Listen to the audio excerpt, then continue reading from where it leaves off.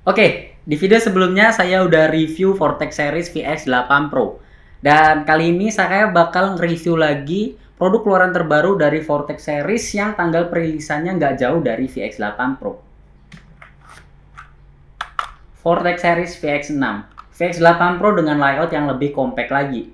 Dengan harga yang lebih minimalis cuma di 560 ribuan aja. Untuk harga segitu apakah worth it? Halo semua, selamat datang di channel ini.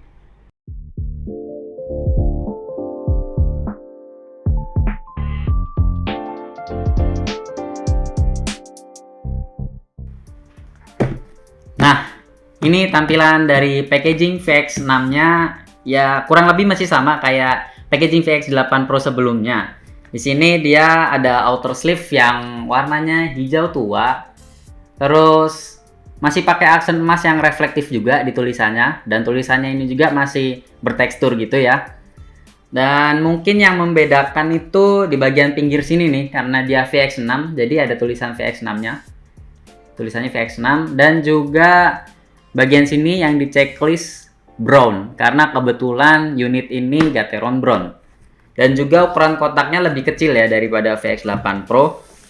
Sekarang kita buka outer sleeve-nya dulu. Nah, untuk kotak bagian dalamnya masih sama juga, dia warna hitam gini, hitam polos yang ada logo Vortex Series-nya warna putih. Oke, kita buka dulu kotaknya. Dan untuk kelengkapannya juga kita ya seperti biasa ada keyboardnya yang dibungkus sleeve warna putih transparan gini nih. Terus kita juga dapat warranty card sama product instruction-nya yang cuma 2 lembar. Dan juga ada kabel yang masih rubber. Kabelnya masih rubber, cuman dia udah gold plate. Ini Type C to USB juga. Terus ada keycaps sama switch spoolernya. Keycap spoolernya ya masih keycap spooler yang plastik gini ya. Sama switch spooler. Nah, kalau switch spoolernya udah switch spooler yang tebel ini nih. Oke. Dan ini yang kalian dapat kalau kalian beli VX6-nya. Kayak gini nih. Ya, gitu aja. Lagi-lagi dia nggak dapet switch cadangannya lagi. Oke.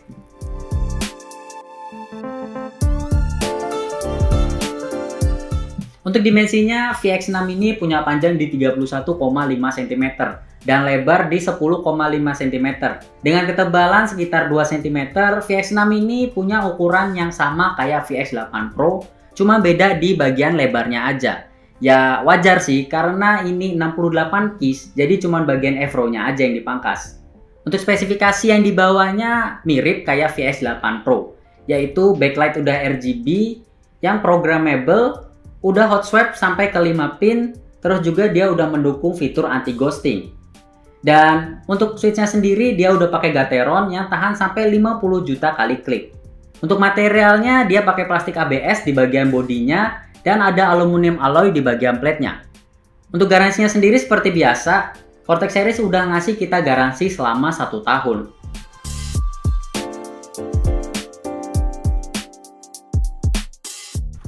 Terus untuk desainnya, VX6 ini masih pakai warna hitam di bagian bodinya. Dan ada logo Vortex Series di bagian kanan sini. Terus dia punya 2 tone warna di bagian keycapsnya sama kayak VX8 Pro. Cuma bedanya porsinya ini dibalik aja. Di sini warna hitamnya itu lebih dominan daripada warna abu-abunya. Kalau misalkan di bagian bawah sini, ini dia ada 4 rubber feet di setiap sisinya. Ada branding Vortex Series lagi di sini, dan masih sama kayak VX8, dia punya switch on off ini nih. Untuk kalian yang penasaran sama switch on off-nya, bisa cek video kita yang VX8 Pro. Terus masalah berat, keyboard ini bisa dibilang tergolong ringan ya. Beratnya itu cuma sekitar 523 graman aja. Dan untuk build quality-nya menurut saya ini lebih solid dan kokoh dari VX8 Pro sebelumnya. Karena ya mungkin ini layoutnya lebih kecil, jadi dia di dalamnya itu nggak banyak ruang.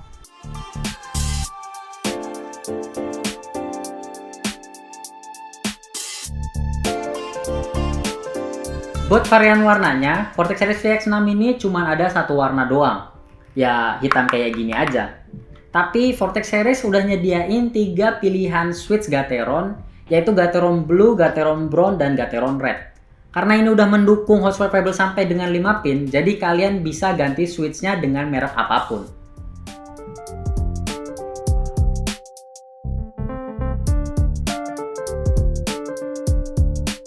Untuk masalah tombol function di VX6 ini udah lengkap dari F1 sampai F12. Bisa kalian akses pakai kombinasi Fn+1 sampai Fn plus sama dengan. Di keyboard ini juga kalian udah bisa pakai fungsi dari print screen dengan kombinasi Fn+U. Dan untuk perintah scroll lock, pause, insert, dan home itu udah ada semua di sini. Terus shortcut pengaturan RGB-nya masih sama kayak si VX8 Pro. Di Fn plus garis miring ini untuk ganti mode RGB-nya. Mode RGB-nya juga masih ada 10.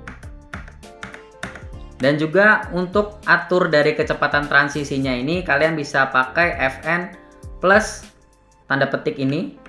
Itu transisinya jadi cepet. Dan untuk melambatkannya lagi ada Fn plus titik koma. Terus ada Fn plus kurung siku ini untuk atur brightness dari RGB-nya. Nah, ini untuk tutup kurung siku itu jadi terang. Dan untuk Fn plus buka kurung siku dia RGB-nya jadi redup.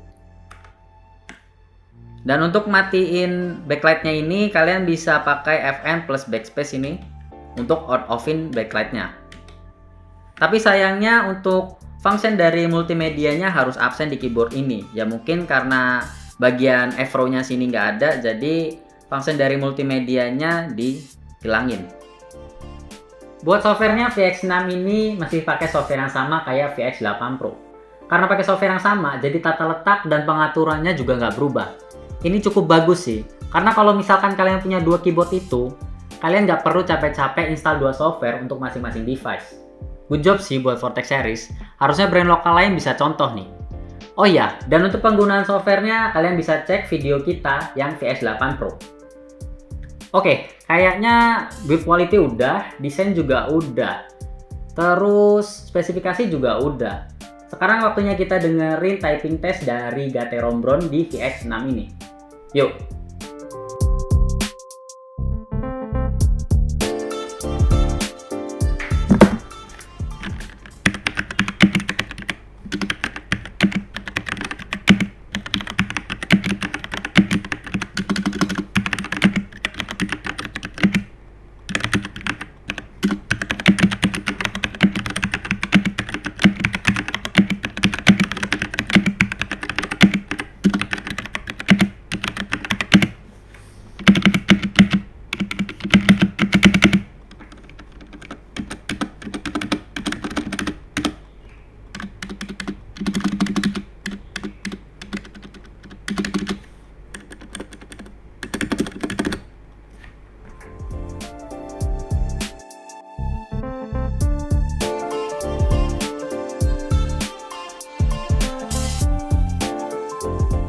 Ngomongin soal pengalaman penggunaan, kalau boleh jujur saya bingung mau kasih impresi kayak gimana. Untuk feel dari Gateron Brown-nya sendiri, kalau kalian familiar sama switch tackle macam Otemu Brown, ya kurang lebih feel-nya sama kayak gitu. Cuma di Gateron ini tactility-nya berasa lebih smooth. Dan sebenarnya saya orang yang cukup suka sama switch berjenis tactile. Khususnya kalau dipakai buat ngetik, ya karena berasa ada feedback-nya gitu kalau kita tekan tombolnya. Tapi di unit saya ini, stabilizer di bagian backspace, enter, sama L-shift itu kerasa banget rattle-nya dan itu parah sih.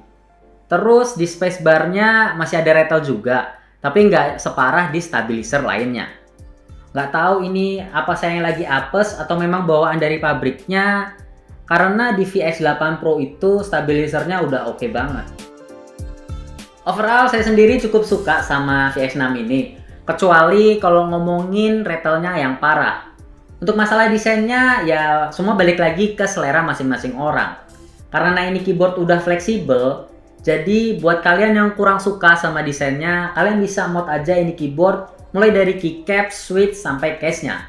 Karena di Indonesia sendiri udah banyak kok yang jual custom case gitu. Kesimpulannya, VX6 ini bisa dibilang ya keyboard yang cukup standar untuk di layout 60%. Tapi di range harga segitu, VX6 ini kayaknya nggak ada lawan deh. 68 keys, hot swap 5 pin, pakai soket Gateron, cuma di 500 ribuan aja. Ya emang bener-bener nggak ada obat sih ini keyboard. Dan menurut saya VX6 ini bisa jadi pilihan yang oke banget buat kamu yang mau coba keyboard di layout 68 keys. Kayaknya itu aja dulu untuk video kali ini. Kalau ada yang pengen ditanyain atau kalian punya pendapat lain sama keyboard yang satu ini, bisa aja tulis komen di bawah. Dan seperti biasa, terima kasih yang udah nonton video ini sampai akhir. Semoga videonya bermanfaat. Sampai jumpa di video selanjutnya. Ada nggak? Ada dong. Oke, bye.